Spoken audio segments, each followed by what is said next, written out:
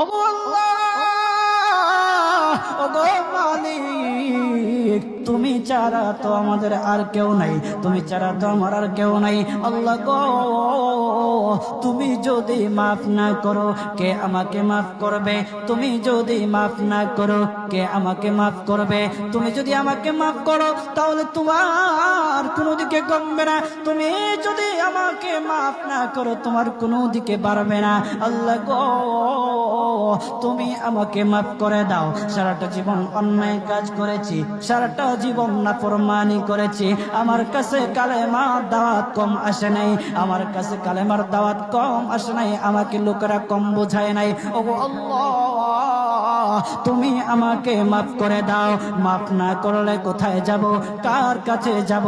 বাবা যখন মারে তখন মার কাছে আশ্রয় নেওয়া যায়, মা যখন প্রহার করে তখন বাবার কাছে আশ্রয় নেওয়া যায়, বাবা মা যখন প্রহার করে তখন দুনিয়ার কারো না কারো কাছে আশ্রয় নেওয়া যায়। ওগো আল্লাহ, ওগো মালিক, তুমি যদি আমাকে মারো, তুমি যদি আমাকে আযাব দাও, ওগো আল্লাহ, কার কাছে যাব, কার কাছে গিয়া মাফ চাইবো? ওগো আল্লাহ, মেহেরবানি করে মাফ করে দাও।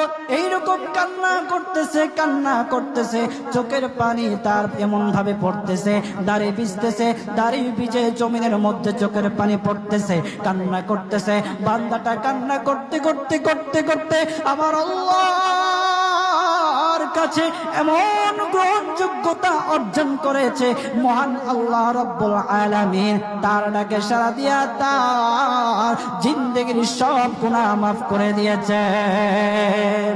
হযরত মূসা আলাইহিস সালাতু ওয়াস সালামের যুগের ঘটনা। একজন বড় পাপিষ্ঠ ছিল, জীবনে এমন কোন গুনাহ নাই যে গুনাহ সে করে নাই। তার গুনার প্রতি অতিষ্ঠ হইয়া, মানুষ তার গুনার প্রতি অতিষ্ঠ হইয়া গ্রামের লোকেরা তাকে হাত পা বেঁধে জঙ্গলের মধ্যে ফেলে দিয়ে আসে। জঙ্গলের মধ্যে থাকতে থাকে, কিছুদিন থাকার পর মালাকুল মউত যখন তার সামনে এসে উপস্থিত, এর আগ মুহূর্তে সে বান্দা আল্লাহর কাছে ডেকে ডেকে বলতেছে,